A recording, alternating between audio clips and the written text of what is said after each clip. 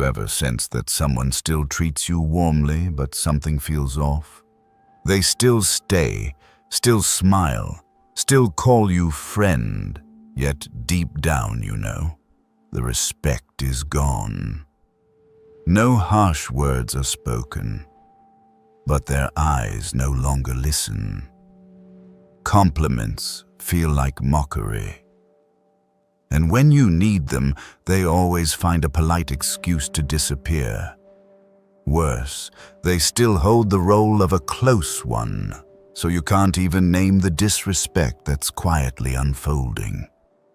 In modern society, there are relationships that blur the line, not quite enemies, but no longer friends.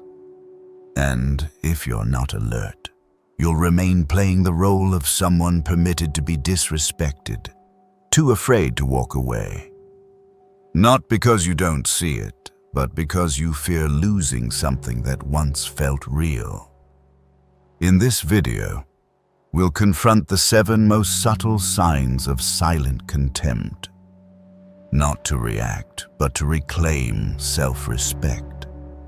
Because as Marcus Aurelius once said, you don't need to get angry, you only need to see clearly. Part 1. Recognizing disguised disrespect. 1. The avoidant gaze, when they look at you but no longer see you. Not everyone who looks you in the eye truly sees you. Some glances skim past as if you're just a faded shadow in the background. Some eyes that once held listening, trust, and closeness now suddenly feel hollow. And at some point you realize the other person is still present in your life, still smiling, still nodding, but in their eyes, you are no longer someone who matters. They no longer look at you like they used to. They look through you as if you no longer exist on the map of what's important to them. No harsh words are spoken, no conflict occurs. Only the eyes have changed roles, from warmth to distance, from dialogue to judgment, from acknowledgement to exclusion. We often measure respect through words, through behavior, through attitude. But most truth lies in the eyes. You can't fake a caring gaze. You can't pretend to look with respect. Facial expressions can be trained, words can be rehearsed, but the eyes, like a primal mirror, always reflect a person's true inner state. And when someone starts to avoid your gaze, can't hold it for more than 3 seconds, can't pause long enough to truly see you, it's not because they fear you. It's because they no longer see you as worthy of being seen deeply. I once had a friend like that. We had walked a long path together, through ups and downs, through unspoken pain. But one day, I started feeling something had changed. Not because he said anything hurtful, not because we had conflict, just that whenever I shared something, his eyes no longer stayed. They drifted. They were no longer present. I'd speak of something weighing on me, and his gaze would wander to the window. I'd ask a deep question and receive a glance that avoided mine. That's when I understood. A fracture was happening, one that would never be named. And then, as a defense, I began to speak less. I pulled back, not out of anger, but because I knew his eyes no longer had a place for me to stand. Marcus Aurelius once wrote, "If someone is mistaken, that is their problem, not yours." The Stoic does not seek fairness from those who've turned away. He simply observes with clarity, then walks with calm. An avoidant gaze is not direct offense, but it is a clear signal that you are being removed from their circle of priority, from their space of listening, from the things they truly care about. People only look deeply into what they still value. When you're no longer in that place, their gaze speaks the rejection before any word is spoken. Many, when faced with a cold gaze, rush to justify it. Maybe they're tired, maybe they're sad, maybe they're just distracted. But if it repeats, if that gaze becomes their default, you need to wake up. This is no longer coincidence. It's a shift in how they perceive you. They no longer see you as an enemy, but no longer as someone worth keeping either. And unfortunately, that change often arrives without warning. The worst part isn't being looked at with contempt.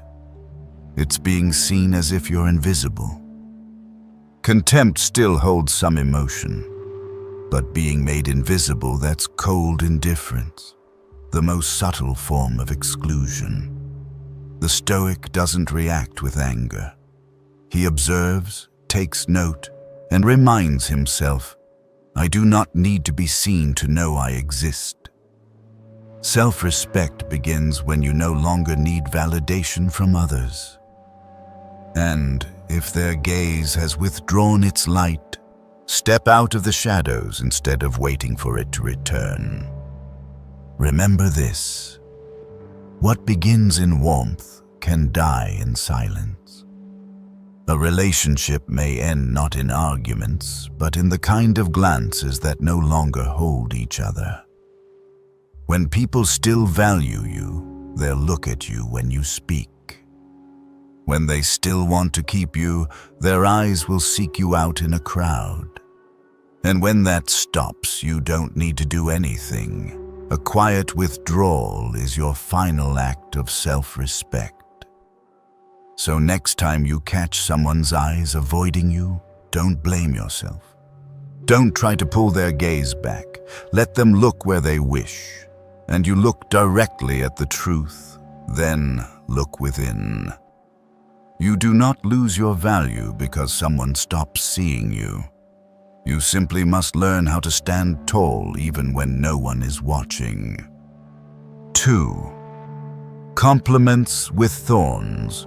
When mockery wears a friendly mask, you can forgive an avoidant glance, but it's much harder to forget a compliment that wasn't sincere.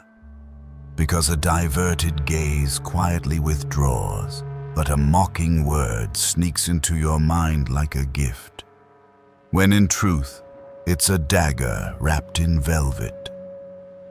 It doesn't hurt you right away. It leaves a subtle, invisible scratch, small enough that you won't react, but real enough that your trust begins to erode. And then confusion sets in. Because what you hear is a compliment, but what you feel is condescension. They say you did well, but in a tone that makes you feel lucky, not competent. They say you look good, but with a faint smirk, as if your appearance is an exception to how they usually see you. Every compliment comes with a hook. And if you bite, you remain trapped in the role of someone needing approval at any cost. Mockery masked as kindness is a refined cruelty. It's not as blatant as insult. It hides behind politeness. It's hard to pinpoint that you were just wounded because the other person will always have a way to deny it. I was just joking. You're too sensitive. I meant that as a compliment.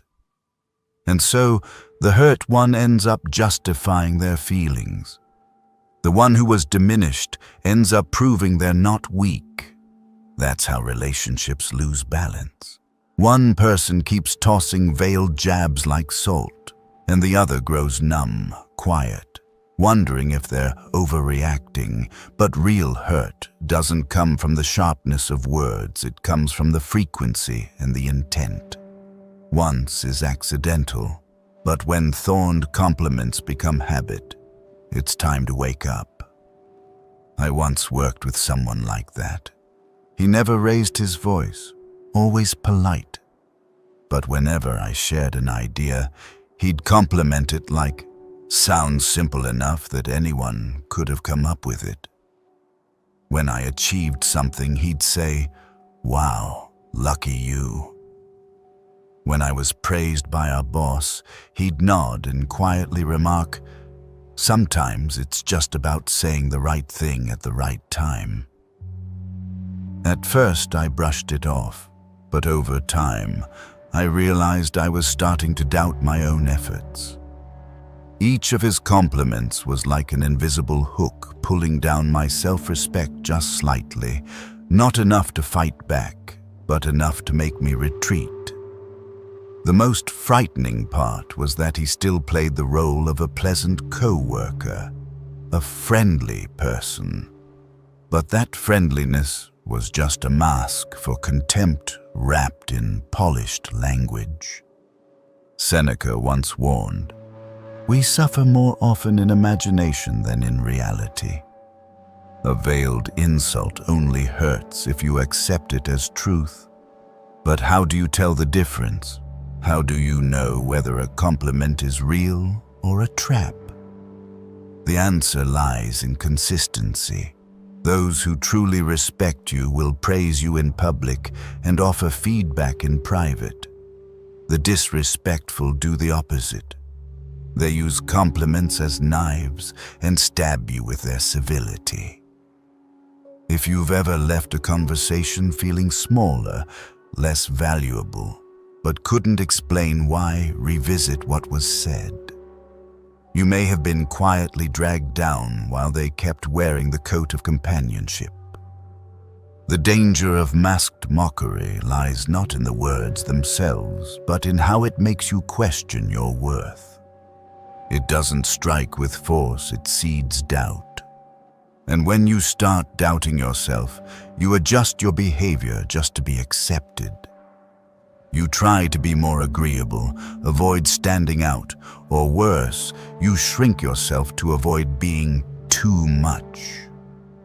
You become a lesser version of who you truly are, just because you're afraid of becoming the next target of a compliment laced with barbs. Stoicism teaches us something simple, yet hard to live. Know your worth, and never let others price you. When someone says something about you, your first question should not be, "Are they right?" but rather, "Does this reflect the truth or just their own bias?" The Stoic doesn't react to every comment. He filters. He keeps what's constructive and discards what is meant to distort. And he doesn't need to retaliate. He simply refuses to receive it. The next time you hear a compliment that makes you uncomfortable, don't nod right away. Pause. Feel it. And if you sense a hidden thorn in their words, know that you don't need to react. But you also don't need to keep them close. Distance isn't always coldness. Sometimes it's silent self-protection with dignity. 3. Being excluded. No one says it, but you know you no longer belong. Mockery may make you question yourself, but silent exclusion is what truly erodes the soul. Because mockery, at the very least, is still a form of interaction, even if toxic. But being left out of a group, a conversation, a space that once included you is the quiet withdrawal of others from your world, without explanation. No one calls it betrayal. No one says goodbye. Yet every small behavior reveals that you are no longer in the same place. Not because you've changed, but because others have silently redrawn the boundaries and left you outside them. There is a kind of pain that doesn't come from being insulted, but from being overlooked. You were once part of a group, an outing, a bond. Then one day you see the group chat still exists, but crucial information is no longer sent to you. A meeting is arranged without your name on the list. A party takes place and you only hear about it after it's over. No one says anything. No one blocks you. There is no public action you can confront, but you know. You feel it, and worse, you have no proof to call it intentional. I once experienced that feeling while working in a creative team. At first, every decision included me. Every email had me CC'd. Every meeting came with a clear invite. But slowly, I started hearing about changes from third parties. Meetings still happened, but I was no longer informed. Plans were revised, but no one sent me the final version. I was still there, still officially part of the team, but my position had been pushed back and no one accused me of anything. It was a cold silence. No anger, no criticism, not a single word spoken, just that I was no longer needed. And what hurts isn't the absence of words, but the presence of indifference. When a group decides you're no longer part of it, they don't need to remove you. They just stop counting you in. And that is a kind of rejection masked by politeness. They'll still nod when they see you, still shake your hand when necessary. But when something truly important happens, you're no longer in their circle of trust. You become an outsider disguised as a familiar face. Epictetus once said, "Some things are in our control and others not." Whether others still want to keep you, that's not within your control. But how you respond to that exclusion, that is your choice. Stoicism doesn't teach you to demand fairness at all costs. It teaches you to discern what deserves your pain and what should simply be acknowledged, then walked away from. When you realize you're no longer being included, don't panic, don't cling, and don't rush to label yourself worthless or not good enough.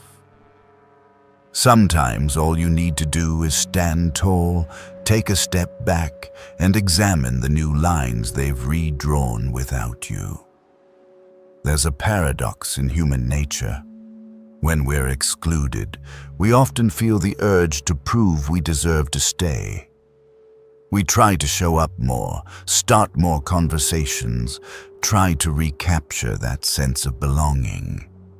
But the more we try, the more we become dependent on someone else's acceptance. And that's when our self-respect starts to suffer, not because others didn't keep us, but because we refuse to leave. Silent exclusion is an invitation to return inward, not to find fault, but to reclaim boundaries. The boundary between needing to be validated and knowing you're worthy. There is a particular peace that comes when you stop trying to be part of a place that no longer welcomes you. It doesn't come immediately. It arrives after the nights you ask, "What did I do wrong?" It comes after you notice your name no longer being mentioned. But when you accept that truth as a natural part of life without reaction, without judgment, that's when you step out of dependence. No longer needing an invitation to know your value. No longer needing a seat at the table to feel whole. Marcus Aurelius reminds us, "The impediment to action advances action. What stands in the way becomes the way." Sometimes exclusion is not an obstacle but an exit. When a door closes in silence, it's not the end. It's a signal to begin again elsewhere, where you don't need permission to exist, because true belonging never needs to be begged for. It is built on mutual respect, no conditions, no flattery, no pretending. Pay attention to who keeps you in the important conversations, who still messages you when something changes, who still sees you as someone who matters. and who only keeps you around out of politeness, formality, or habit. The Stoic does not need the crowd to know he's on the right path. He only needs alignment between his actions and his inner self. And if a place no longer gives you the feeling of being respected, you don't need an invitation to walk away. Respect doesn't come from the position you're given, but from the place you walk into with calm and dignity. 4. Silence when you succeed. Jealousy in the guise of indifference. After realizing you've been excluded from their circle of trust, what remains is often silence. But not all silence is empty. Some silences are deliberately timed right at the moment you rise. Not everyone will congratulate you when you succeed. Some will stay silent, not because they don't know, but because they refuse to acknowledge it in front of you. They won't say a word, won't send a message, won't mention you in conversation, but you can feel it clearly. That silence isn't innocent. It carries something unspoken, a form of envy that doesn't need to show itself only to disappear at the right time, so you feel alone even when someone is standing beside you. Nothing frustrates a jealous person more than watching you succeed without needing them. Nothing silences them more than seeing you do what they believed you couldn't. And nothing reveals the truth about a relationship faster than the moment you achieve something and they either give you a forced smile or go completely silent, as if nothing happened. Those who truly celebrate you will show up, even if only with simple words or a sincere nod. But those who carry envy in their hearts will choose silence to hide emotions they're too ashamed to reveal. I once experienced a moment like that, not on a grand stage, but in a very ordinary setting. The day I was promoted to a managerial position, I told no one in my close circle. I wanted to see what would happen when they found out through others. And just as I expected, some called, asked, and shared the tea with me. But one person, the one I thought would be the happiest for me, remained completely silent. No message, no question, no response, even though I knew they knew, and in that silence, I clearly felt the message. They didn't want to admit I had crossed a threshold we once stood on together.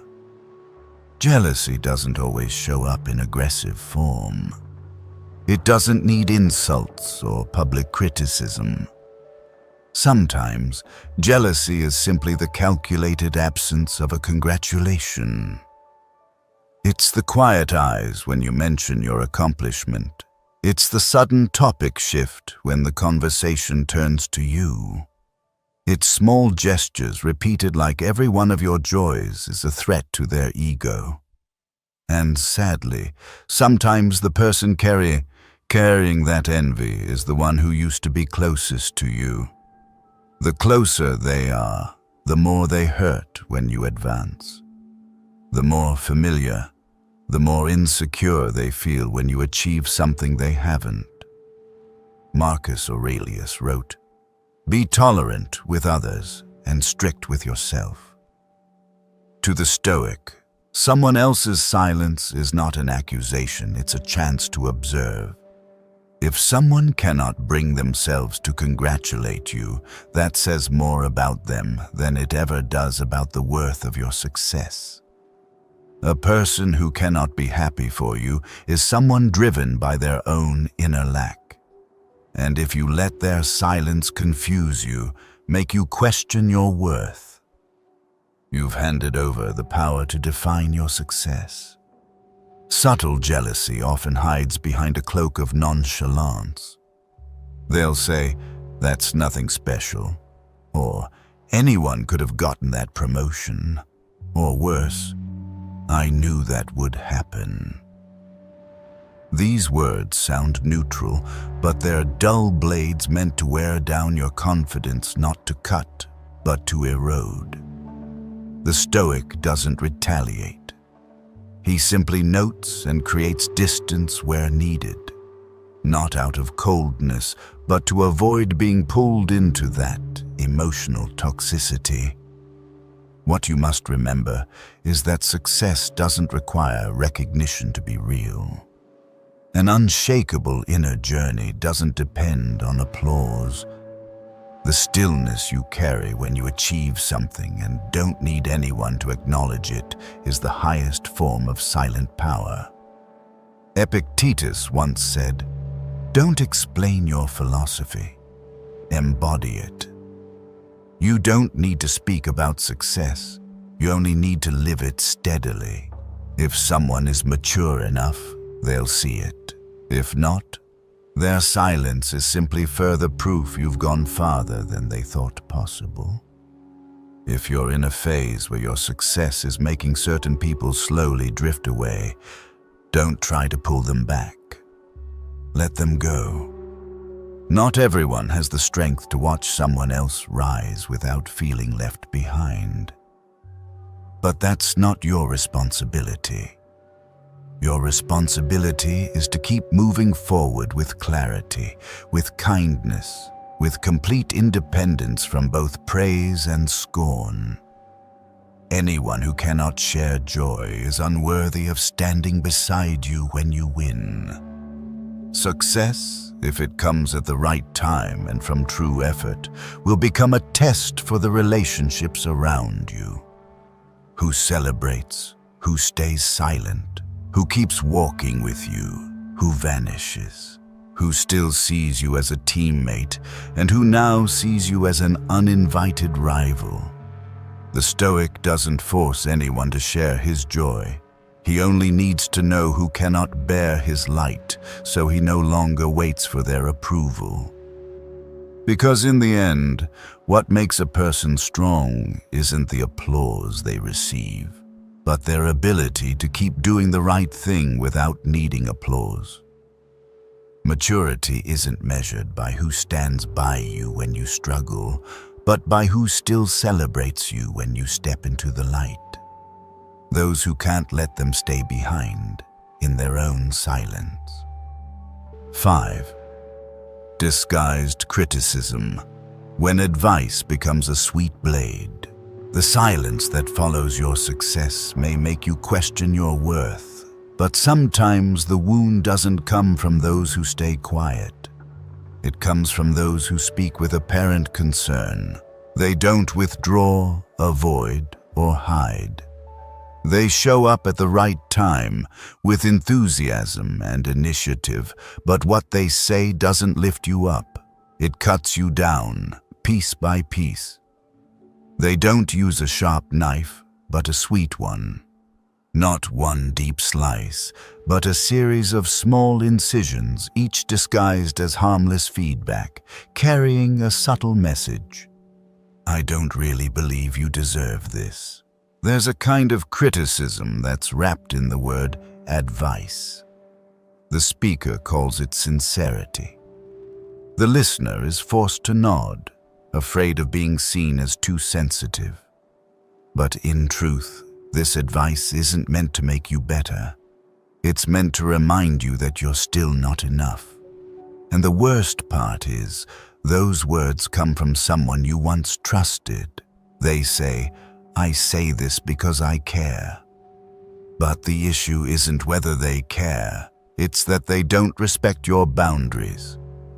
They offer advice at the wrong time, in the wrong way, with no genuine goodwill. And you, if you're not alert, will receive it like a burden to fix, instead of the subtle sabotage it truly is.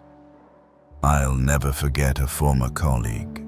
He was always the first to speak after I presented a project, never to compliment but to offer feedback. "I feel your presentation was a bit emotional, so I'll be honest."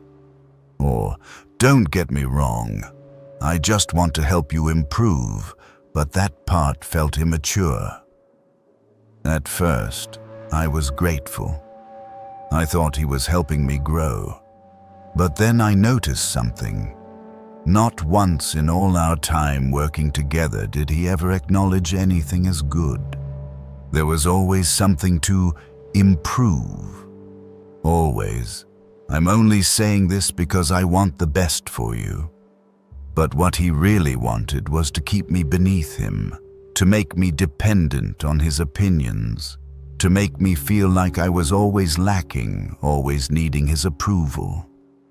Stoicism teaches us the difference between feedback and manipulation. Constructive feedback is built on respect. It honors boundaries. It comes at the right moment. It's offered in private, not in ways that publicly undermine. It speaks with humility, not superiority. Disguised criticism does the opposite.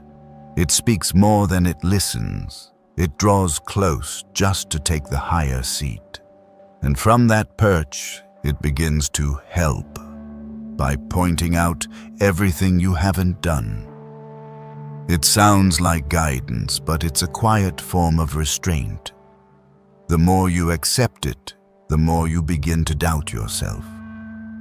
A Stoic knows this truth. Not everyone deserves to be heard. Not every piece of advice should be accepted. And not all words meant for your good come from a place of goodwill. Epictetus once warned, "We have 2 ears and 1 mouth so that we can listen twice as much as we speak." But those who love to give advice often reverse that. They talk more, listen less, and always believe they're right. They have no interest in understanding you, only in proving that you need them. And that is the most refined form of control, to make you feel lacking, and to position themselves as the one who fills that lack with their help. You need sharp awareness to recognize when advice is making you grow, and when it's making you shrink. Pay attention to how you feel after the conversation. Do you feel more motivated or subtly drained? Do you feel seen as someone evolving or merely someone inadequate? The answer lies in the micro shift of your emotion. Sweet blades leave no blood, but they leave a long, slow self-doubt. And that's the most dangerous wound of all. When someone offers feedback, ask yourself, do they truly understand the path you're walking? Have they ever stood where you are? Do they speak with humility? If not, you don't need to react. Just place a clear emotional boundary. I listen, but I do not receive. Calm doesn't mean you strike back. It means you know who's trying to manipulate your mind, and you quietly refuse. What's most dangerous isn't that people give wrong advice. It's that you believe you always need their advice to survive. A self-possessed person doesn't live to satisfy upgraded versions of themselves created by others. They live to fulfill who they truly are by the principles they choose, by the direction they understand. And if advice leads you away from those principles, it's no longer advice, it's an intrusion. So next time someone begins with, "I just want what's best for you," don't open your heart too fast. Watch if what they say makes you stronger, if it preserves your dignity, if it restores your autonomy. If not, smile, nod, and keep the silence you need. A Stoic doesn't respond to every word. He just ensures no word becomes a new definition of who he is. 6. Indifferent communication. When words become a wall. Once you learn to distinguish between sincere feedback and sweet-tongued manipulation, you begin to see another layer of disrespect, one quieter, less sharp, but just as dangerous. When people still speak to you, still reply, still send messages, but every word makes you feel oceans apart. Indifferent communication isn't total silence. It's a bare minimum of interaction, polite, proper, but completely lacking connection, a conversation that feels like a monologue, a text thread where replies are dry, short, and void of curiosity or engagement. Words still exist, but they go nowhere. No meaning is exchanged, no affection remains. Everything touches, but nothing sinks in.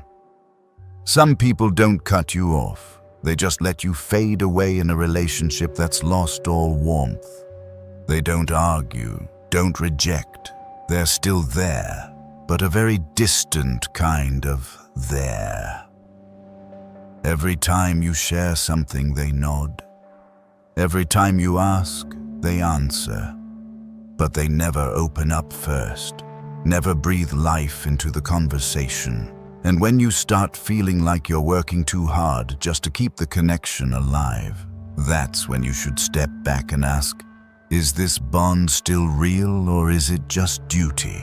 I once maintained a friendship like that for years. We used to send long texts, debate everything, even our private fears. But gradually, my messages were met with only a few words. Yeah, right. Whatever. I tried to keep it going, to check in, to revive old topics, but what I got back were closed doors.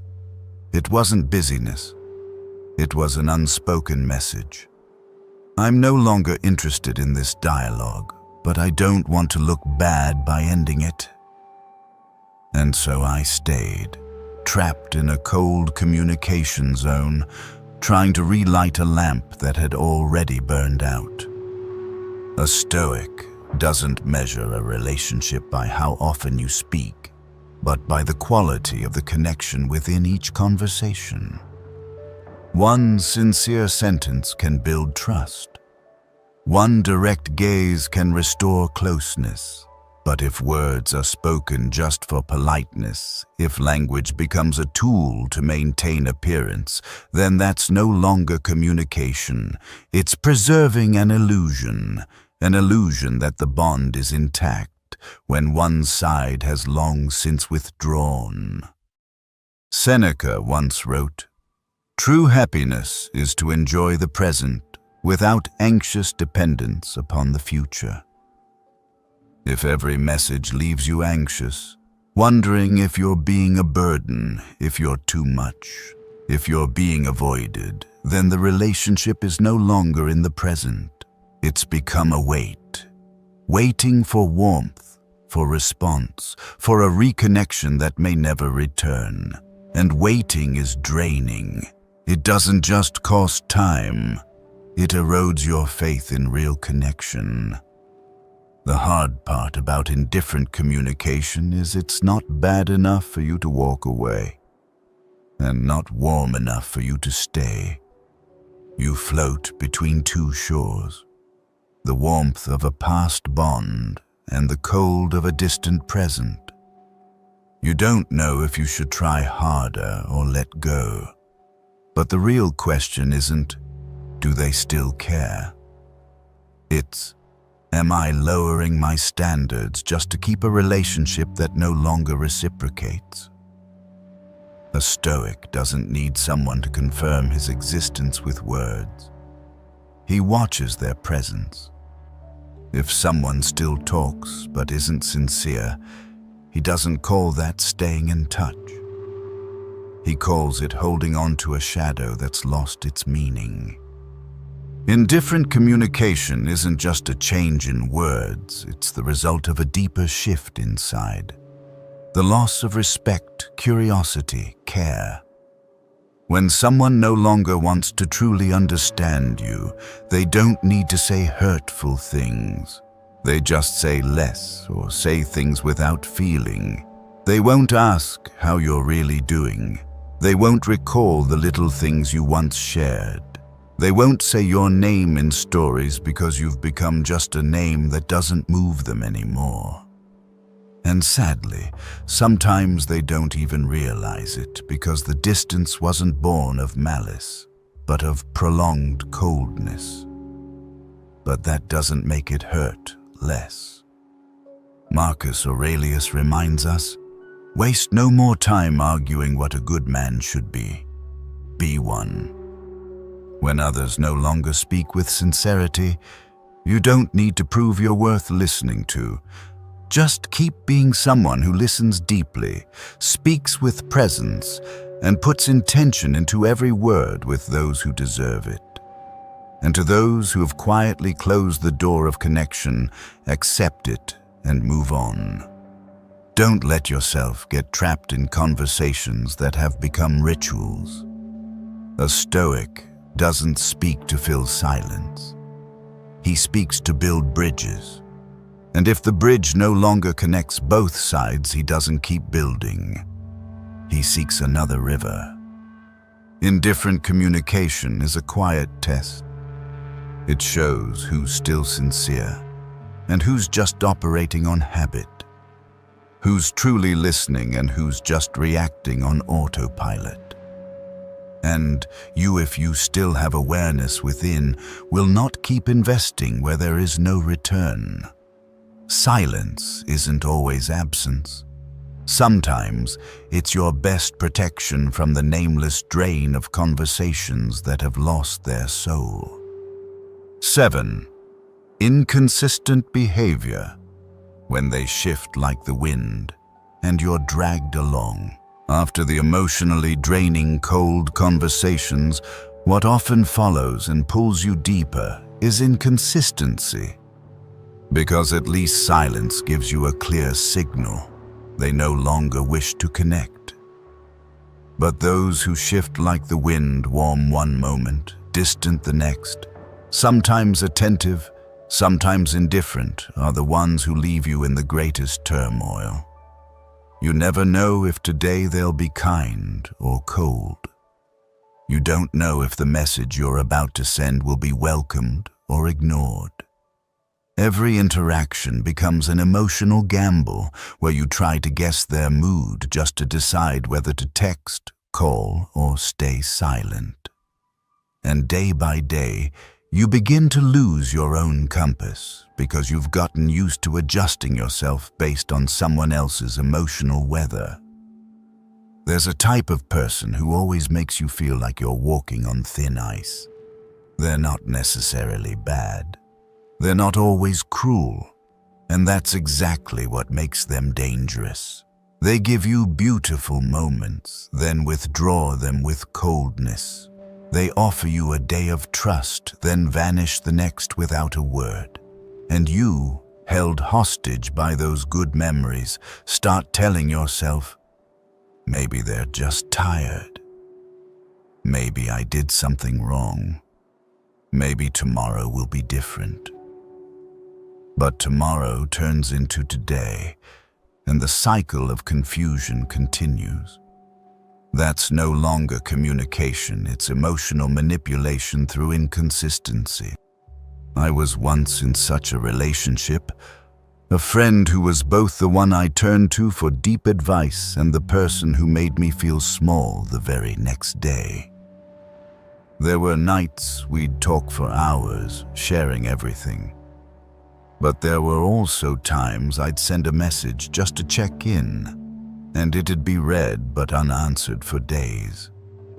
When I asked why, the answers were always vague. Too busy. Didn't know what to say. Just felt awkward. No clear mistake, no obvious conflict.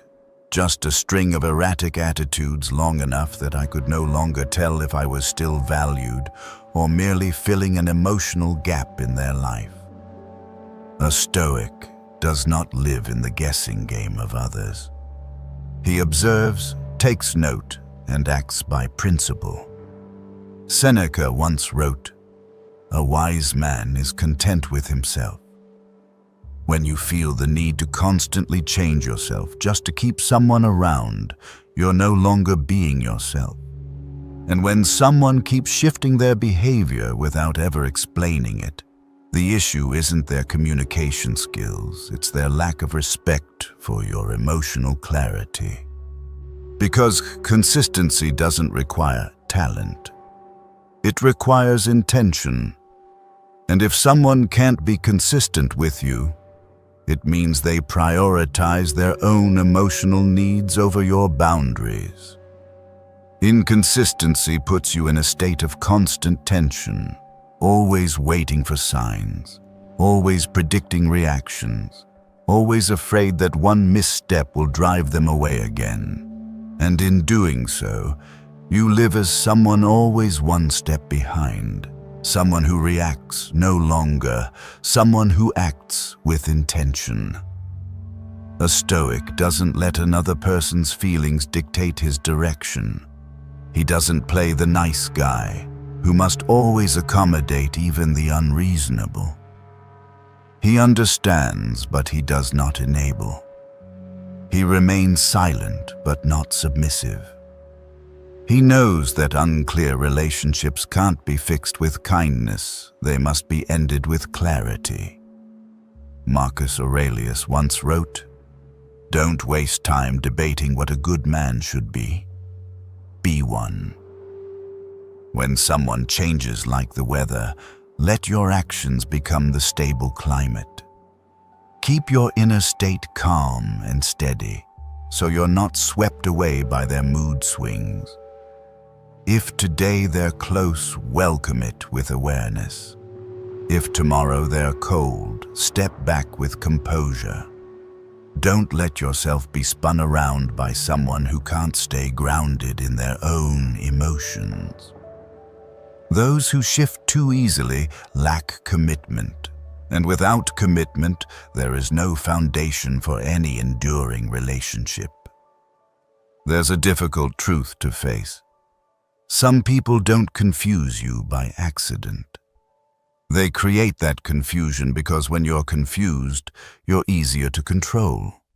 You try harder to please them, to make things right, and over time, you lose your sense of what's right, what's enough, what's missing. That's a form of covert manipulation, not through words, but through patterns. A Stoic doesn't play that game.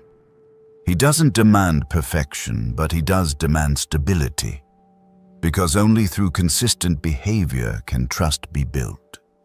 And if you have to ask every day, which version of them will I get today? Then the answer is, you're in the wrong relationship. Inconsistency is not a one-time flaw. It's a misguided way of being, covered by charm and fond memories. And because you once shared those memories, it's hard to let go. But a Stoic doesn't let a beautiful past keep him stuck in a distorted present. He understands this deeply. Emotions should guide, but never bind. And if someone's presence makes you wake each day in uncertainty, you've placed yourself in a position of being controlled, not one of choosing freely. So when someone is warm today and cold tomorrow, observe, but don't cling. When someone makes you feel you have to do something to keep them, step back. Because the right person makes you feel safe in who you are, not someone who forces you to change just to match their mood. A Stoic doesn't seek perfection, but he chooses stability. And when faced with winds that constantly shift direction, he doesn't try to build a home there.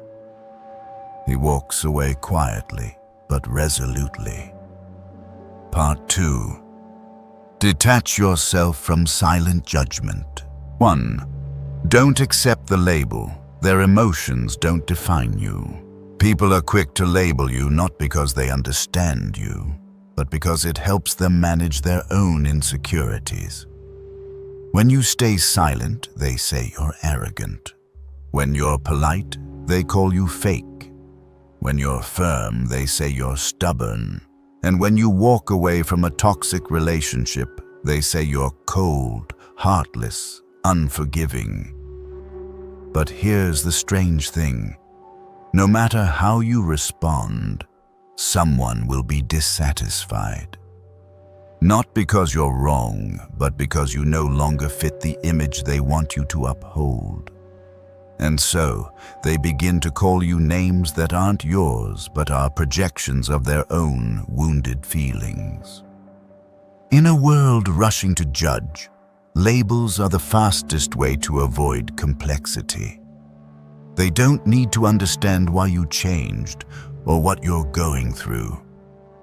They just need a keyword to assign your role in their inner world. He's toxic now. She's gotten arrogant. He thinks he's someone just because he succeeded. These words aren't truth, they're reflections of an unhealed ego. And if you're not careful, you'll start believing those words. You'll begin to ask, am I really that cold? Have I changed for the worse? Was I wrong to walk away? But what you must understand is this. No matter how intense someone's emotions are, they don't have the authority to define you. I once went through such a phase when I began setting boundaries in a close relationship. I stopped answering calls at midnight, stopped comforting them every time they exploded, stopped apologizing just to keep the peace. I did nothing wrong, I simply stopped enduring. And that's when new words began to appear. You've changed. You're not the caring person you used to be. You've become too logical, too heartless. At first, it hurt, because those words came from someone I once trusted. But then I realized I wasn't those emotions they were projecting. I was simply learning to love myself, and that made them feel left behind. They called me selfish because they were no longer prioritized. They labeled me unfeeling because I stopped saving them from their own emotional mess. And that's when I learned a deep truth. Choosing not to react is the most powerful way to reject a false definition of yourself. Marcus Aurelius once said, "You have power over your mind, not outside events. Realize this, and you will find strength." You can't control what others think, but you can control whether those thoughts enter your mind. There is quiet power in refusing to defend, argue, or explain, and simply not accepting the label. When someone says you're this or that, you don't need to ask them, "Why do you think that?" You only need to ask yourself, do I believe this? And if the answer is no, then there's nothing to fix and nothing to respond to. The hardest part of inner growth isn't accepting solitude, it's being misunderstood and staying calm. It's knowing others see you through their own lens, not your reality. They don't see the path you've walked, the nights you questioned yourself, the moments you fell and rose alone. They only see the surface, and they judge. And if you keep living to adjust to others' feelings, you'll forever drift like a boat in open sea where each wave is an opinion, and you never reach shore. The Stoic understands. True peace comes from not relying on external opinions. Seneca once wrote, "What you think of yourself is much more important than what others think of you." That's not just encouragement, it's a way of life. In an age where labeling someone takes a tap on a screen, maintaining inner clarity is an act of defiance. You don't need to get angry when labeled incorrectly. You don't need to prove the opposite. You only need to live by the definition you choose for yourself and let time do the rest. Here's a question you should learn to repeat in your mind every time you're judged. Is their emotion about me or about themselves? Because most labels people assign are projections of their own wounds. They see your strength and feel threatened. They see your clarity and feel guilty. They see your independence and label you rebellious. But those words reveal more about their fear than your truth. And if you're calm enough not to react, you'll realize this. The person who can no longer define you also loses the power to control you. Remember this. You don't need someone to call you by your right name to know who you are. A tree doesn't need praise to keep growing. A wave doesn't need recognition to reach the shore. And you don't need validation to live as someone of value. When you understand that, all the labels fall away not through rebellion, but through the stillness that comes from within. No one can hurt you with words unless you offer your ears and open your heart to receive them. And the moment you choose to step back, not react, not explain, is the moment you reclaim power over yourself. 2. Keep distance without wounding your own heart. Once you understand that other people's emotions and labels have no power to define you, the next thing you must learn is how to maintain distance with peace. Not to punish, not to prove a point, but to protect your heart from unnecessary harm. Some relationships don't need a breakup. They just need space far enough so you're no longer affected, close enough that you still look back with kindness. Distance may sound cold, but in reality, it's the antidote to unbalanced relationships. When someone has worn you down too many times, made you doubt yourself too often, and left you always initiating connection, then distance is how you stop draining yourself. Keeping distance isn't cutting off. It's choosing to pause and observe who's still walking toward you and who turned away long ago but hasn't left your comfort zone. Not everyone who stays in touch still feels connected. Not everyone who checks in still cares. Distance is how you reset the dynamic so you're not consumed by half-hearted relationships. I learned this the hard way. A close friend from college, someone I thought would be a lifelong brother, began to drift.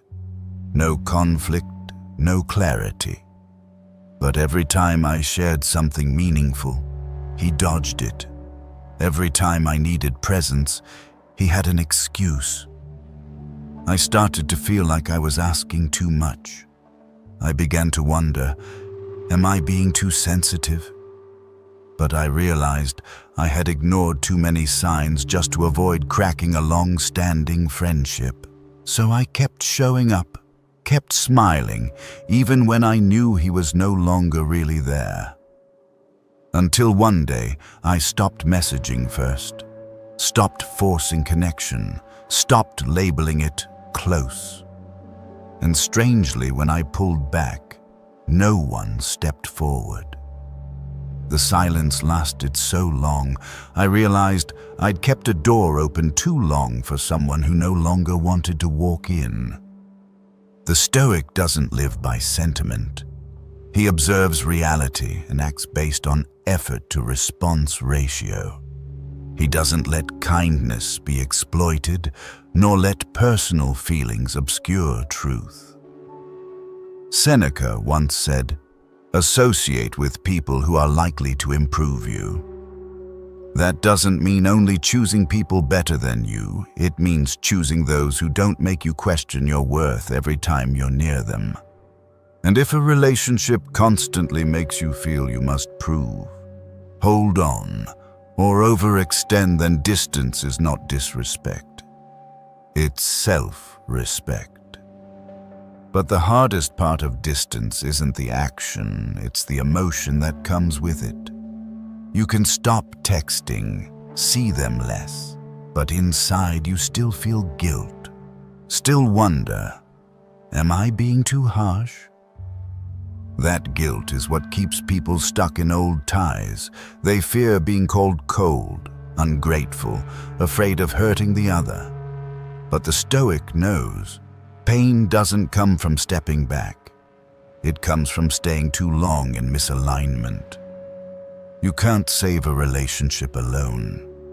And you can't save yourself by pouring energy into a bond that no longer gives back. Marcus Aurelius said, "The best revenge is to be unlike him who performed the injury." When someone no longer treats you as you deserve, you don't retaliate. Don't cut ties with drama.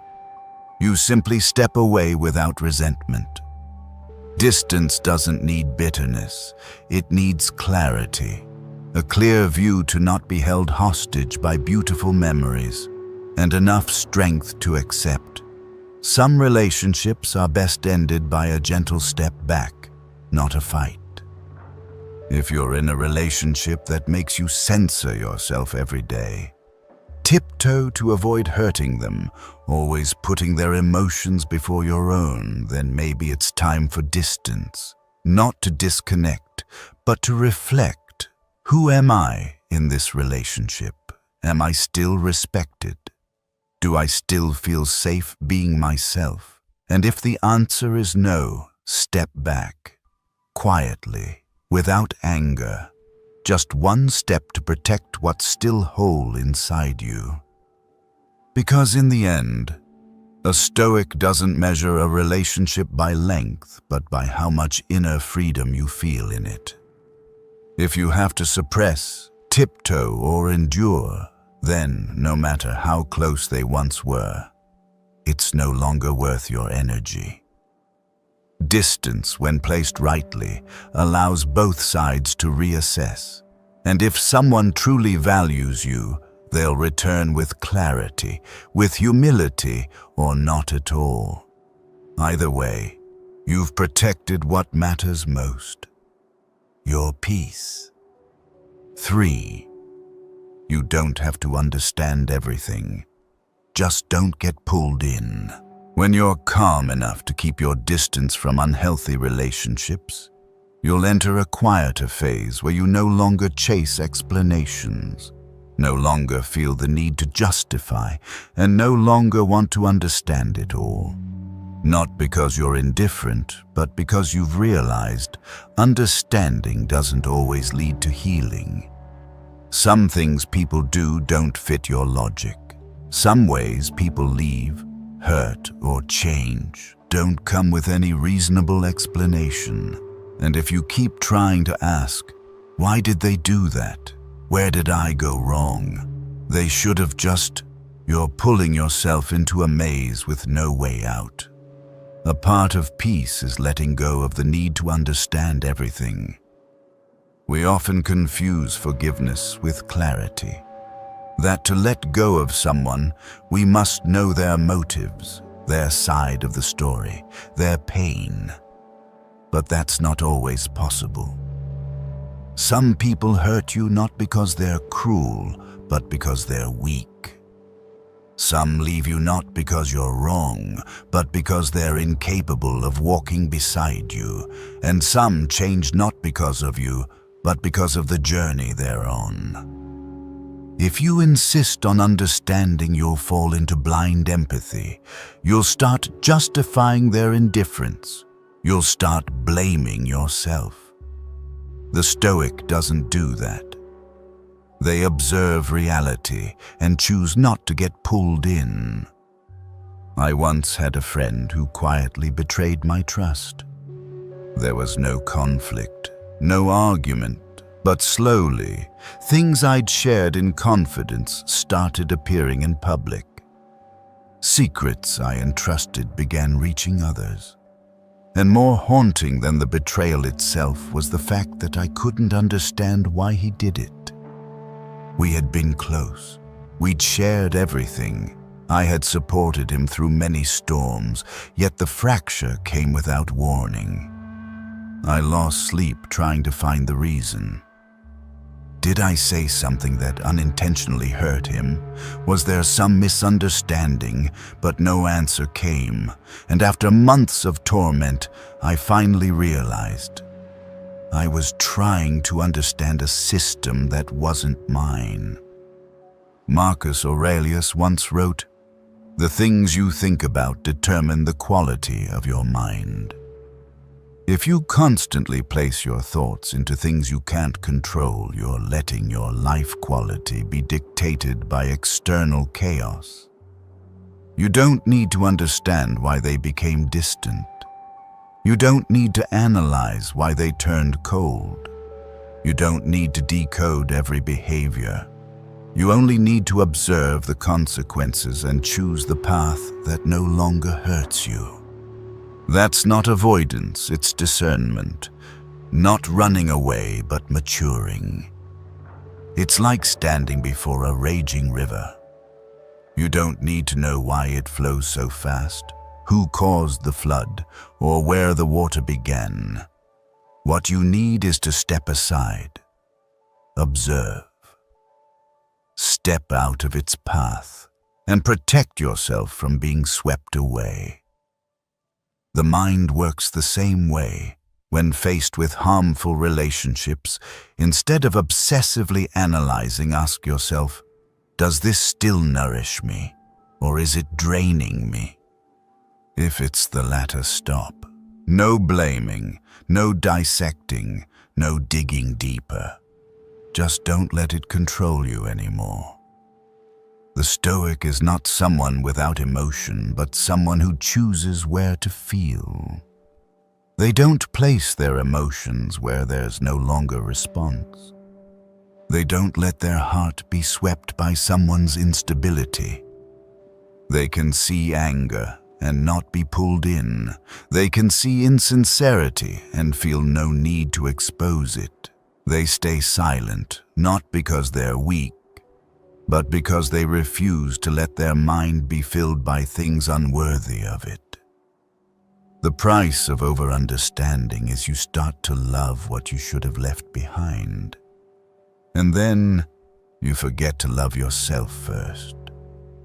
A crucial form of maturity is accepting that some things will never have answers. And that doesn't make you less wise.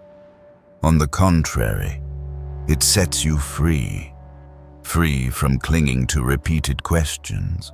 Free from healing those who don't wish to heal.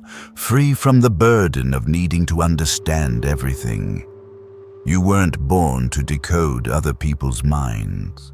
You were born to live with clarity and inner steadiness. And that only happens when you learn to pull your mind out of unhealthy places. Seneca once emphasized, "It is not that we have a short time to live, but that we waste much of it." You can't afford to waste your mind on others' messy behaviors just because you want to understand them completely. The truth is, the more you try to understand, the more lost you become. The more you unravel, the more disoriented you feel. And sometimes the answer doesn't lie in understanding, but in no longer letting it invade you. So if someone who was once close has grown distant, you don't need to know why. If a once beautiful relationship has turned heavy, you don't need to explain it. The only thing you need is not to let your heart be dragged along. Preserve your clarity. Save your energy for what nourishes you, and hold your silence for questions that no longer need answers. The Stoic doesn't seek to understand everything. They choose where to place their mind, and that choice defines their strength. 4. Accept the uncomfortable truth, even if it hurts. Once you've stopped forcing yourself to understand others' motives, once you've pulled your mind out of their maze, then the next step in mastering your emotions is accepting the truth that hurts. There are things you don't want to believe, but must face. There are people you still want to hope for, but the more you hope, the more you're hurt. And there are memories you once held as beautiful, but present reality ruthlessly disproves them. That's truth, and truth has never been gentle. But the Stoic knows. Truth doesn't have to be comforting, it only needs to be clear enough so you stop living in illusion. Self-deception is a deeply human survival mechanism. We tell ourselves they'll change, that the relationship will improve, that it's just a rough patch. We justify the coldness with seemingly reasonable excuses. They're tired, they're stressed, they care but just don't know how to show it. But over time, you realize the connection keeps fading, and you feel more alone inside the relationship that once grounded you, and the only thing keeping you there is not truth, but fear of losing what once made you happy. But fear of loss is not a reason to stay. Clinging to a fantasy doesn't preserve love, it only makes you lose yourself in a battle that's no longer fair. I once held tightly to an old friendship. He was someone I trusted completely. We walked through youth together, shared dreams, failures, even those quiet moments that didn't feel empty. But then, life changed. He got swept into a new orbit: success, money, social circles. I stayed the same with my old values, my unchanging principles. We still stayed in touch, but I began to feel a nameless gap. No more sincere presence, just mechanical replies. No more care, only cancelled plans. I kept believing it was just a phase. Until one day, I found myself at our old cafe, staring at the empty seat across the table, and I finally understood. I was no longer a significant part of his world. That was a painful truth, but once I admitted it, I felt lighter, because at least I'd stopped lying to myself. Marcus Aurelius once wrote, "If someone can prove me wrong and show me my mistake in any thought or action, I shall gladly change." Stoicism doesn't avoid reality, it teaches you to welcome truth with a readiness to change. But to do that, you need the courage to face what hurts, to admit you're no longer loved the same, no longer needed the same, no longer belong the same. These are hard truths, but they're real.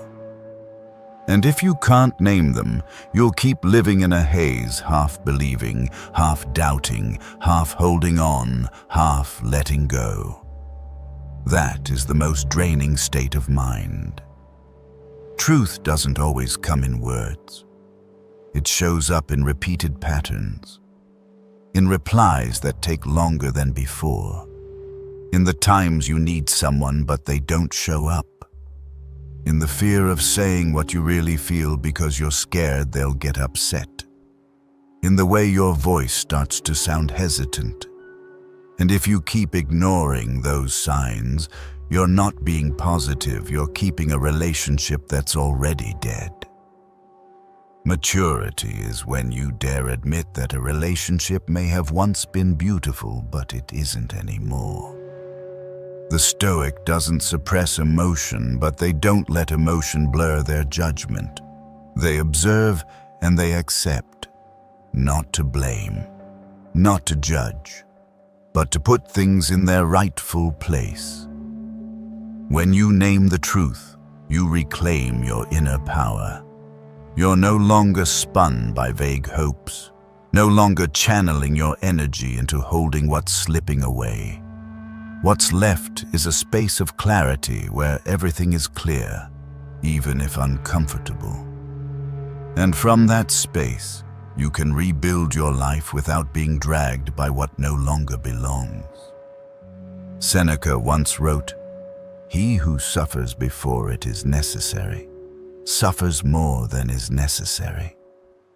Some pain doesn't come from others doing something terrible, it comes from your refusal to admit they've changed. You cling to the old version of them. You live with a replica of the past, and when the present no longer matches, it hurts. But that pain comes from resistance. If you allow things to be what they are, you'll see. Some people don't leave because they hate you. They're simply on a different path. And some relationships need to end not because they failed, but because they fulfilled their role in your life. Acceptance doesn't mean resignation.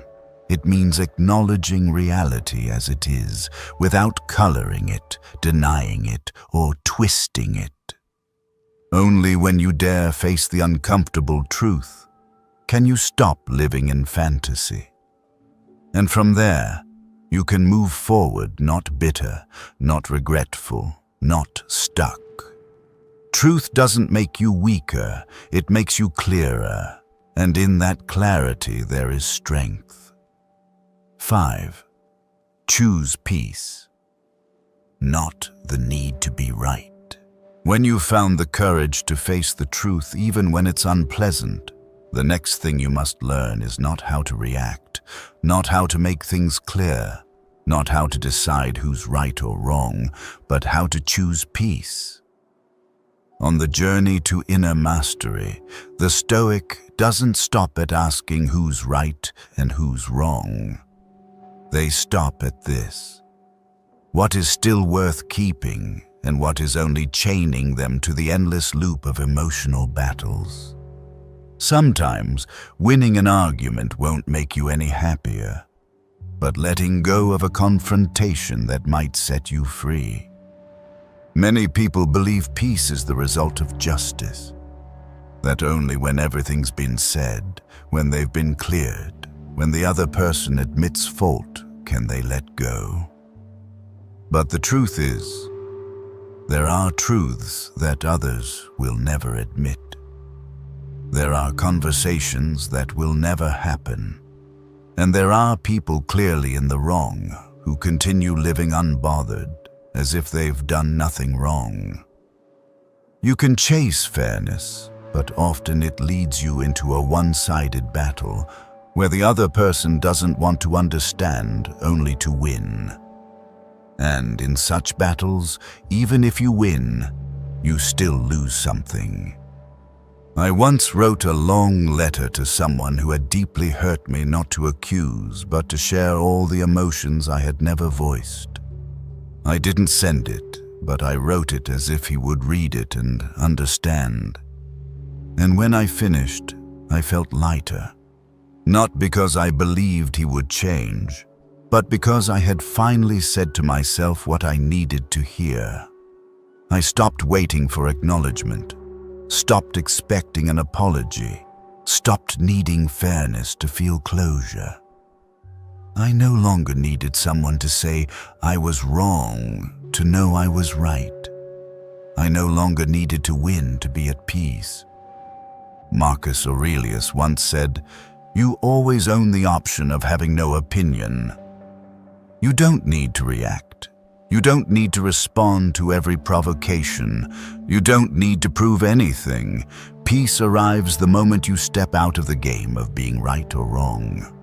Not because you're weak, but because you've grown strong enough not to need the victory. Winning no longer excites you once you realize what it costs: mental chaos, sleepless nights, a mind always on edge. And when you choose not to play anymore, you've already won in the highest way, by conquering your anger and your ego. The Stoic doesn't choose to be right, they choose to be awake. They don't need anyone's agreement. They don't need anyone's admission. They don't need anyone to see what they've done. They do what's right and then walk away. They let the truth exist quietly rather than forcing others to face it. And if someone twists the story, distorts the truth, flips the roles, they don't correct it with words. but with the consistency of their character. Because those who truly understand won't need your explanation, and those who don't want to understand your explanations are useless anyway. There is a unique freedom in no longer needing to win.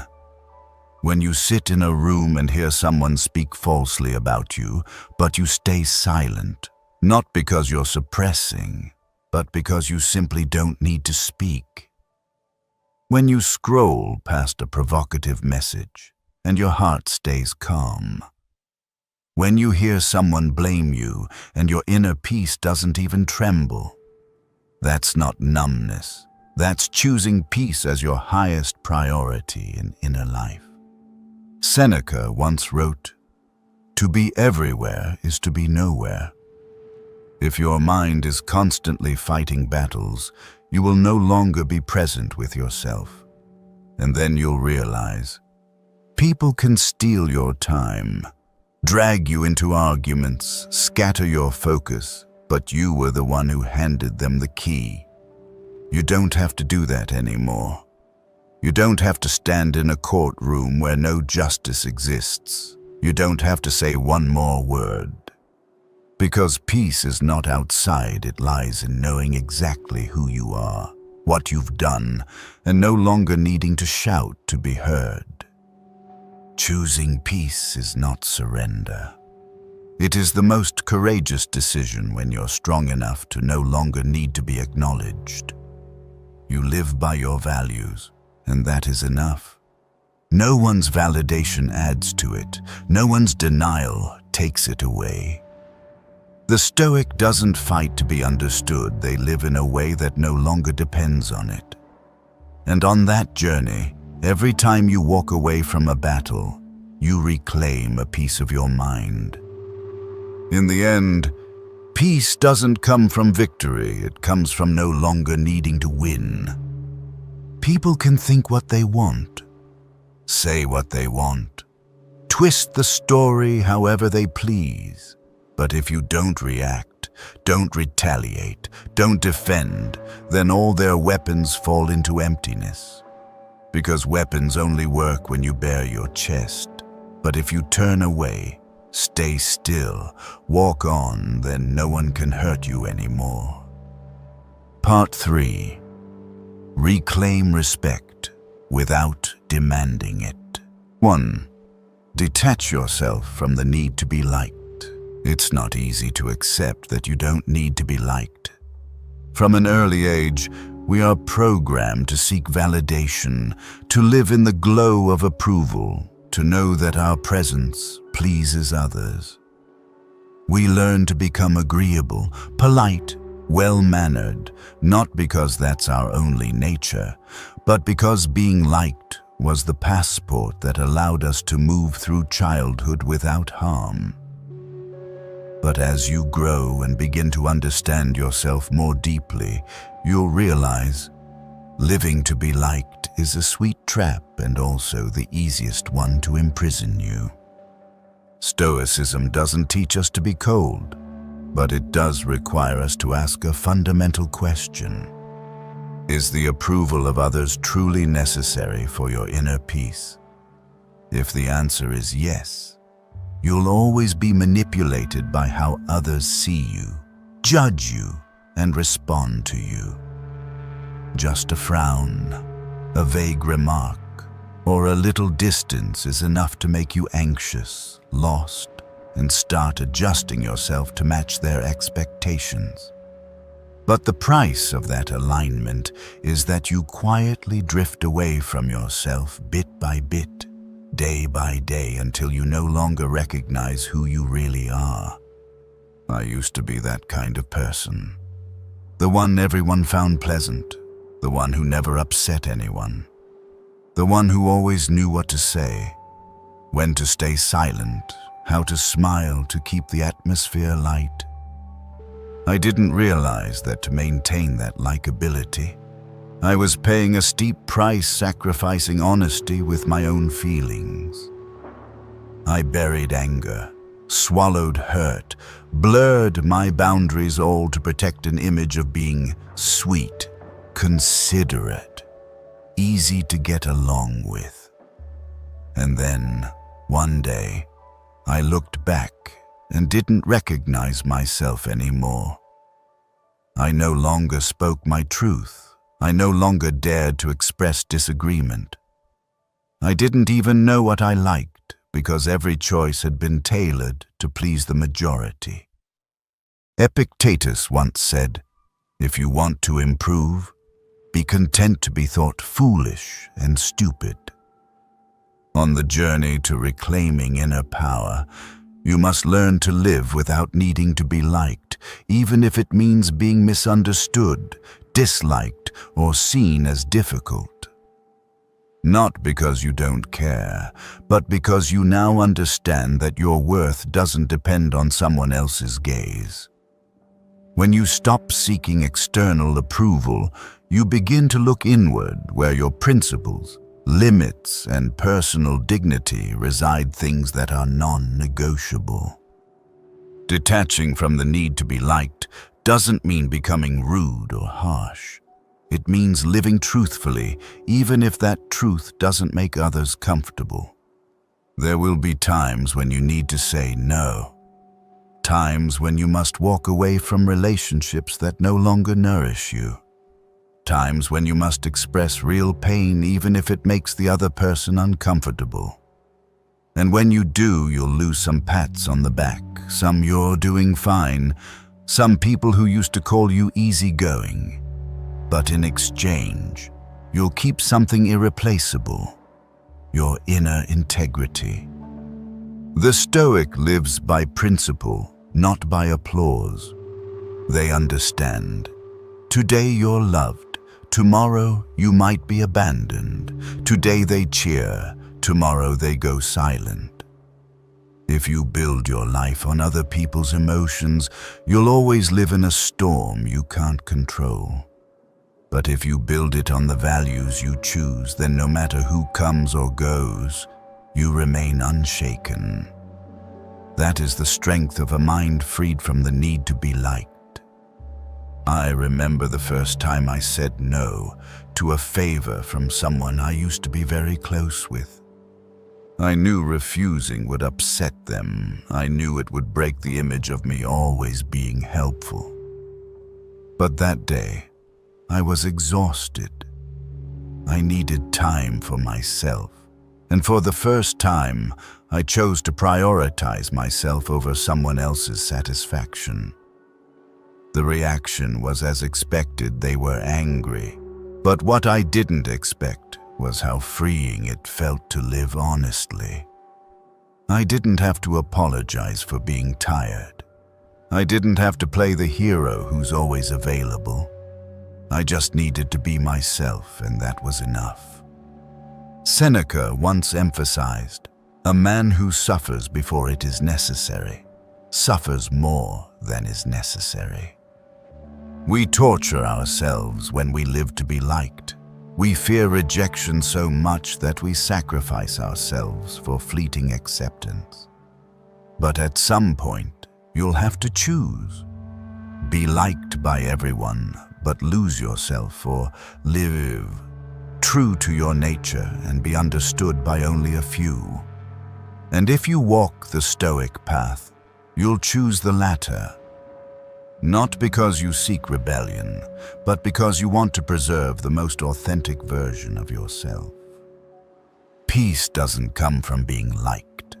It comes from not having to perform to stay in someone's heart. It comes from being alone without feeling lonely, from speaking your mind without guilt, from doing what's right without waiting for applause. When you accept that no one is obligated to like you, you simultaneously free yourself from the burden of having to please anyone. And in that space, you begin to truly live. 2. Rebuild boundaries with silent depth. Once you no longer live to be liked, you'll also realize something deeper. You don't need to explain yourself all the time. You don't need to justify every feeling. You don't need to give reasons for everything. You don't need to draw boundaries with words, but with silence that carries depth. Sometimes, one moment of silence is enough to show someone they've crossed a line. One step back is enough for them to sense you're no longer the same easy version of yourself. And sometimes, the most effective way to protect yourself is not to react, but not to move forward either. Silence without weakness is the highest form of boundary. It needs no banners, no outbursts, no dramatic confrontations. It only requires inner steadiness strong enough that others no longer dare to cross you.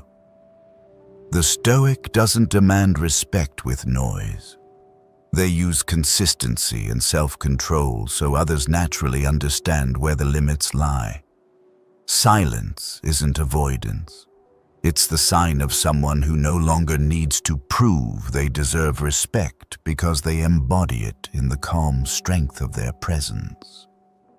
I've been in relationships where respect only existed if I did things their way. I used to think that if I stayed gentle enough, open enough, understanding enough, they'd eventually adjust. But I realized, the more I talked, the more they thought I needed them. The more I explained, the more they saw it as an excuse. And the more I expressed my feelings, the more they dodged responsibility.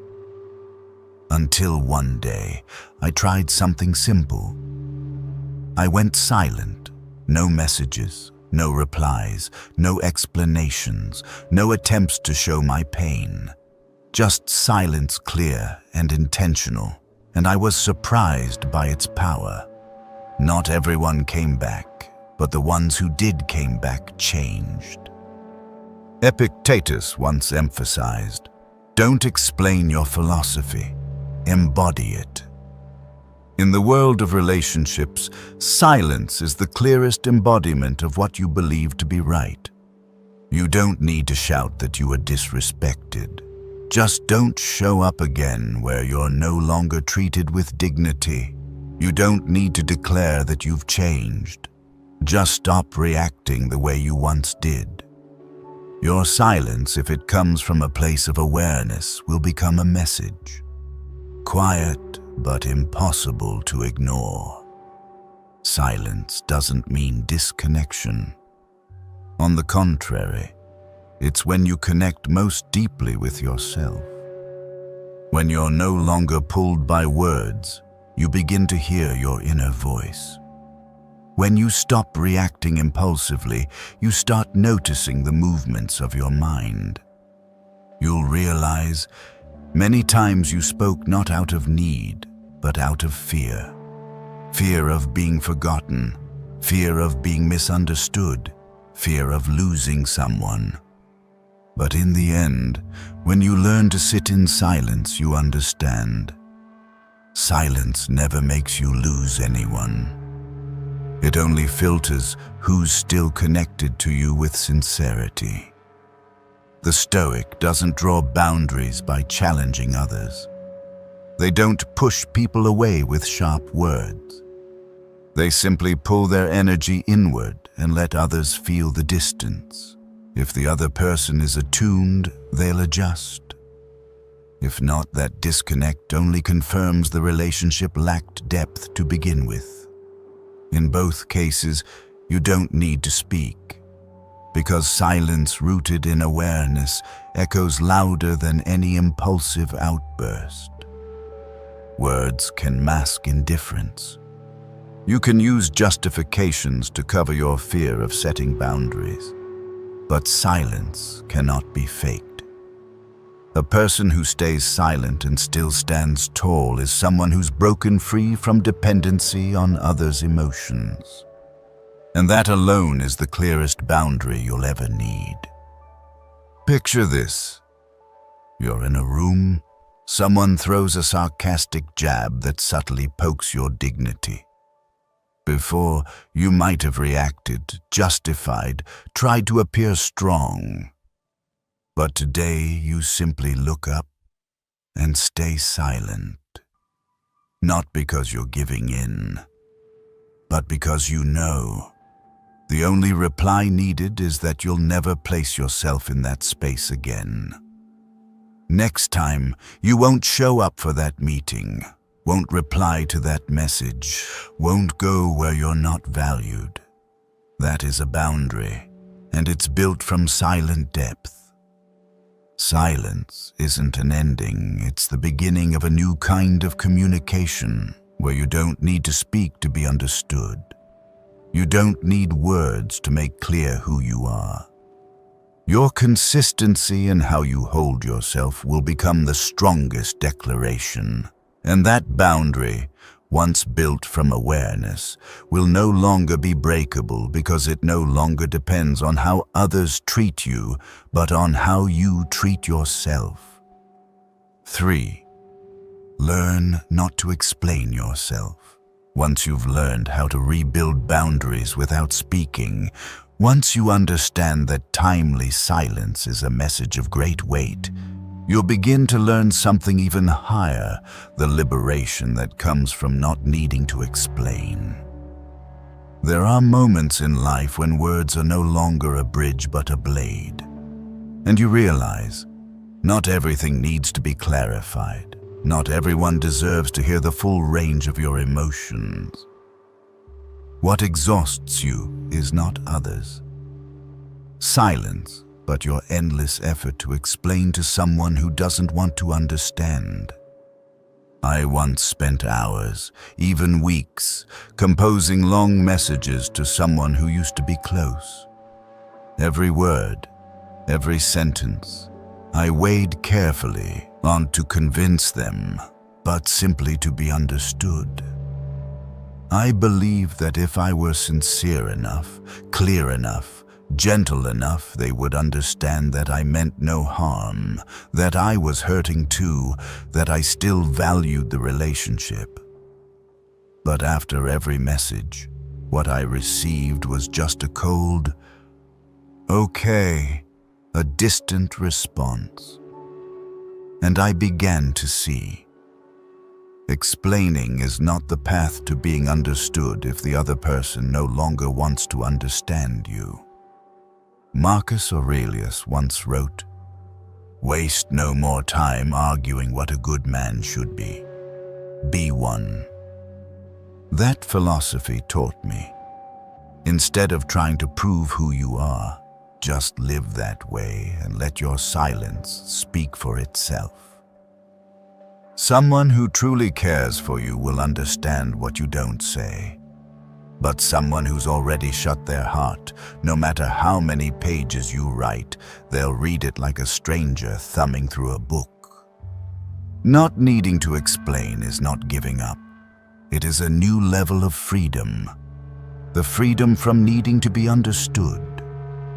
The Stoic understands. The urge to explain often stems from fear. We fear being misunderstood, judged, losing love. But because of that fear, the more we speak, the more unsettled we become. The more we explain, the more our ego depends on the outcome. And the more we depend, the more fragile our peace becomes. Sometimes, what you need is not the most convincing argument, but to step back and face the truth. Those who truly understand you don't need that many words. I remember the last time I was misunderstood during a group meeting. A colleague said I wasn't proactive, that I didn't support him when needed. Everyone turned to look at me. I knew exactly what had happened. I could have listed every action I took, every message I sent, every task I completed on time. But in that moment, I just looked at him and nodded. No rebuttal, no explanation. After the meeting, another colleague approached me and quietly said, "I know you did more than that. The way you stayed silent, that said more than any defense could." And I understood. Some truths don't need to be spoken, they're confirmed by how you live. Seneca once said, "No man was ever wise by chance." And to be strong enough not to explain, you must pass through many layers of pain. You must have been misunderstood, tried to clarify, felt small beneath accusations. Only then do you learn. You are not born to be understood by everyone. You are born to live rightly, even if no one acknowledges it. Explanation is the ego's need to be seen. But once you rise above that ego, you'll feel a strange sense of lightness. Learning not to explain doesn't mean becoming mysterious, closed off, or distant. It means you speak only when it serves truth, not to protect an image. You stop trying to control how others perceive you. You focus instead on how you respond. You no longer ask, "What will people think?" but shift to a better question. Does this pull me away from who I am? If the answer is yes, then no matter how logical the explanation, you choose silence, because your inner calm is worth more than any external agreement. Sometimes, not explaining forces others to reflect. When you don't justify, they have to search for their own answers. When you say nothing more, they must confront your silence. And at that moment they begin to see what they once overlooked. But that's not the goal. The goal is to live with integrity, not to be understood, but not to be lost either. The truth is, people can still misunderstand you even if you explain everything. And they can understand you without you saying a word. Because in the end, understanding doesn't come from words, it comes from a deep connection of the mind. And that connection only exists when you live honestly. So live as an answer instead of trying to offer one. 4. Become unshakable, the one who cannot be read. When you're strong enough not to explain, when your words are no longer tools begging for validation, a deeper level of self-mastery begins to emerge. That's when you enter the state of being unshakable, a state where others can't easily disturb your mind, can't guess your weaknesses, can't drag you into the storm they've created. You still feel emotions, but you no longer display them like an open field. You still care, but you no longer offer it as a handle for manipulation, and that makes you still but formidable. In this life, people often think empathy is precious, but to a Stoic, empathy must be paired with inner strength, or else you'll become a mirror that shatters under distorted reflections. The unshakable person can hear insults without losing composure, face rejection without unraveling, witness injustice without charging into chaos. They react less, but always with precision, not because they don't feel, but because they've trained themselves not to react by instinct, but by principle. I used to be the kind of person who wore my emotions on my face. A look, a comment, an unanswered message was enough to make me anxious, disappointed, even angry. Others didn't have to do much, just a little coldness, and I'd spiral, bleeding from silent fears. Until one day, I met someone. He had a strange kind of presence, not because he spoke well or looked intense, but because he was never pulled into anyone else's emotional current. Criticism didn't shake him, praise didn't excite him, people left, he kept living. At the time, I couldn't name it, but now I know that was the aura of someone unshakable.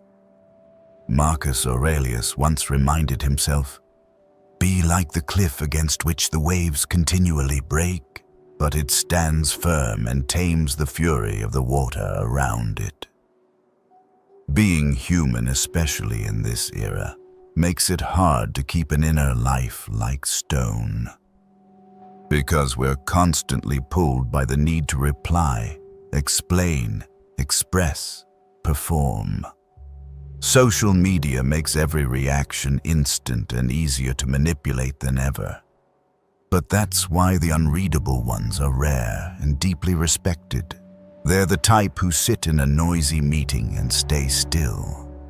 While others rush to speak, they nod once and wait for the right moment to say one sentence that shifts the whole dynamic. No yelling, no dominance, but they command attention because they're not predictable. Being unshakable doesn't mean being emotionless. They still love, still get hurt, still think deeply, but they don't let emotions guide their actions. They live by inner rules, and those rules prevent them from being swept away by impulse or other people's tactics. In every interaction, they hold their ground, not because they crave control, but because they never let others see a weakness that could be exploited. They show no insecurity. Don't fall for provocations. Don't display feelings that invite manipulation. Seneca once said, "A wise man is content with himself." When you're full from within, you no longer crave constant external affirmation, and without that craving, you're no longer pulled into the emotional whirlwinds of others.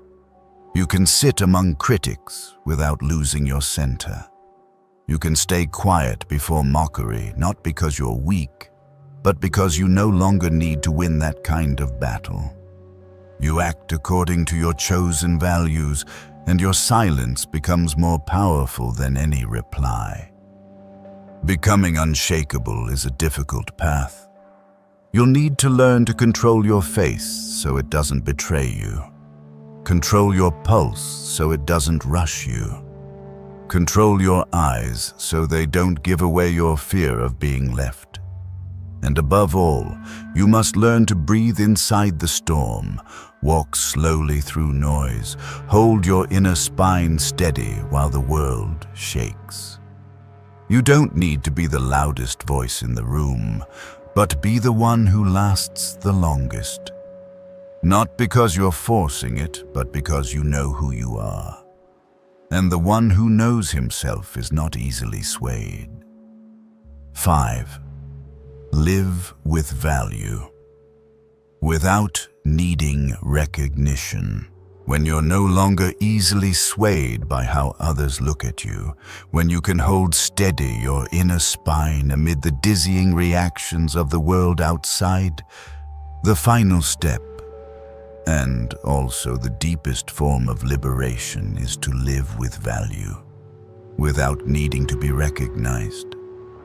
This is the threshold every Stoic aims for.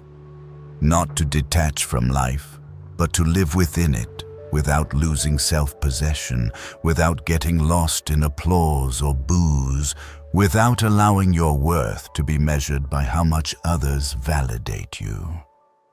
Like a blacksmith who doesn't need applause when the fire flares up again. He just works because fire is part of his life. The Stoic is the same. They don't need admiring eyes. They don't live to be quoted. They live because they believe integrity is a non-negotiable part of human character. And when you live that way, you begin to step out of the most subtle addiction of all. The addiction to being seen. The addiction to being agreed with. The addiction to being named as someone who matters. I used to be the kind of person who felt more meaningful every time someone praised me. I tied my self-worth to recognition, a kind remark, an approving look, a moment of being chosen to lead, to step up. But then, during a long period of quiet, I began to ask, If no one ever sees my effort, do I still want to live with kindness? If no one gives me credit, do I still want to do what's right? And the truth is, I hesitated. I used to think, why keep giving when no one cares? But that exact moment was when I realized I was living for others' eyes, not the principles I claimed to believe in. Marcus Aurelius once wrote, "Just that you do the right thing, the rest doesn't matter." The right thing needs no audience. Value needs no stage. You live kindly not because you're labeled as kind. You are honest not to be called a person of integrity. You help others not so they'll remember you forever. You do what's right because you refuse to live wrongly, even if no one is watching.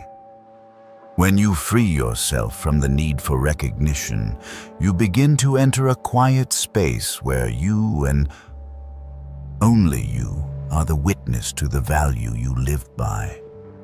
And strangely enough, in that moment, you no longer feel lacking. Because you begin to feel whole from within. You sweep away each small expectation. You release each hope for validation. You do good not to keep up appearances, but to keep your inner compass from drifting. And that is true value, the kind that's never forgotten, because it never needed to be remembered. Living with value is not about passive sacrifice. It's a conscious choice. It's when you could take a shortcut, but you choose the honest path. When you could stay silent, but you speak up at the right moment. When you could stay pleasant to maintain the relationship, but you choose truth, even if it costs you their affection. And the most important part, you don't need to record it. You don't need to tell anyone. You don't need to post it online. You don't need likes or comments saying you're a good person. Because the only recognition you truly need comes from one person. The version of you who can look in the mirror without shame. Seneca once emphasized, a good character, when established, is not easily overthrown. Meaning true character doesn't waver in the absence of praise. It stands even when no one builds it up. And that can only happen when you treat your values as non-negotiable, unchanging according to the crowd, unadjusted to make yourself more likable. You don't live to be easy to digest. You live not to betray what lies deepest within you. I once witnessed an old friend get falsely accused in a meeting. He could have defended himself, blamed others, or explained it all, but he simply said, "I know what I did was right. Whether you believe it or not is your choice." Then he left the company. Not many people talked about him afterward.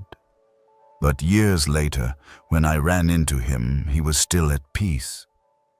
He lived with fewer friends but deeper ones. He worked in silence but with stability, and I understood. There are people who choose to live with value and accept solitude as part of that path. In the end, living without recognition doesn't mean you're fighting the world. It simply means you've stopped expecting the world to always treat what's right with fairness. But you still live rightly because you are the one who holds the scales of justice for yourself. And in that way, you become the kind of person who can't be bribed with compliments, who can't be traded for approval. You live rightly not for admiration, but so that when the day ends, you don't regret how you lived. I used to be the kind of person who never left anyone behind. Even when I was disrespected, I still tried to be kind. Even when I was misunderstood, I still chose to explain. Even when I was ignored, I still tried to maintain the connection, but the more I tried, the more I felt like I was losing something. Not trust, but self-respect. I lived as if my worth only mattered when others still treated me well. I didn't pull away because I was afraid of becoming the bad one in their eyes. I didn't set boundaries because I was afraid of hurting them. But then came a moment when I sat down and asked myself, if I have to keep forcing myself to hold everything together, then what exactly am I holding on to? A relationship, or just an illusion I've clung to for far too long? Since the day I began practicing silence, I've stopped trying to be liked. I chose not to react. I walked away without needing an apology. I held my boundaries without needing to declare them. And I realized, when you no longer need recognition, you begin to earn true respect. Those who understand you will hear your silence clearly. Those who don't won't listen, even if you scream. And that clarity has saved me from countless toxic cycles I once believed were worth holding on to. If this video helped you see more clearly the boundaries that must be rebuilt and helped you realize that not everyone who smiles is truly your friend, then please like, subscribe, and turn on the notification bell so you won't miss what comes next. This is not a channel to make you feel hyped. It's a place to return to when you're tired of pretending in relationships that no longer serve you. Live quietly but not insignificantly. Be firm, but don't seek to control anyone. And if someone no longer respects you, walk away, without a sound, but with the clarity they'll never forget. I'll see you in the next video.